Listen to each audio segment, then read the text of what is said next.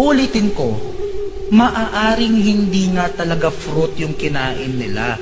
Maaaring nag-sex sila. Listen, sa Genesis chapter 3, nung sinabi na Yahweh, huwag kayong kakain ng prutas, baka naman inedit lang. Baka ang sinabi talaga ni Yahweh, huwag kayong magse-sex.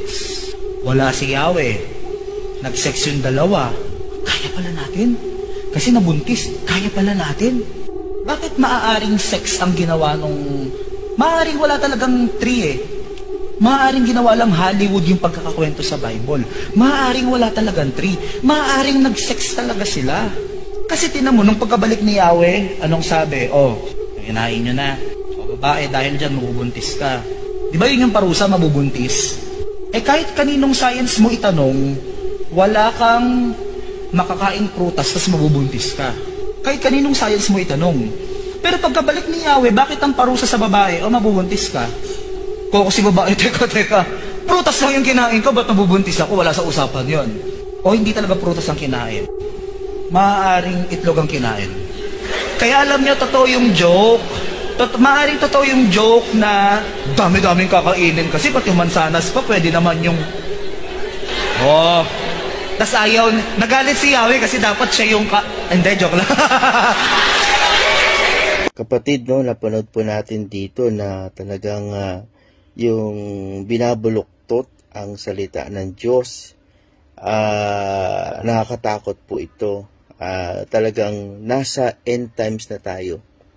So, hindi ko alam sino nagtuturo sa taong ito, pero nakakatindig balahibo yung word. At nakita natin dito, nagtawanan pa sila, pati yung membro. Kaya po mga kapatid, palagi tayong manalangin. Humingi tayo ng katalinuhan sa banal na espiritu upang maunawaan po natin ang kanyang salita. Tulad nga ng binabanggit niya, nagbabasa siya ng Biblia, pero hindi niya po naunawaan ang kanyang binabanggit.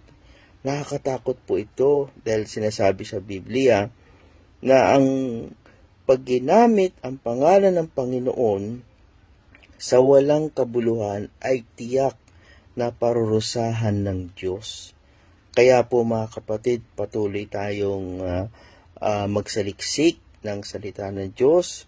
Pumukus po tayo sa Word of God, sa ating Panginoon Hesus, upang di po tayo maligaw. Tandaan po natin talagang yung mensahe niya ay talagang nakakatindig balahibo sa takot. Ako po talagang natatakot sa mga binabanggit niya.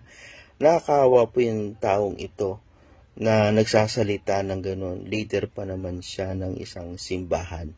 Kaya po mga kapatid, patuloy tayong manalangin, mag-pray, na wag po tayo mailigaw.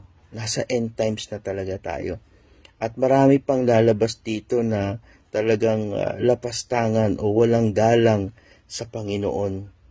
Kaya po, mga kapatid, manalangin lang po tayo, pumukus po tayo sa Panginoon, ipanalangin po natin yung mga taong ganito na sila ay mabuksan ng kaisipan at magsisi sa Panginoon. God bless you po.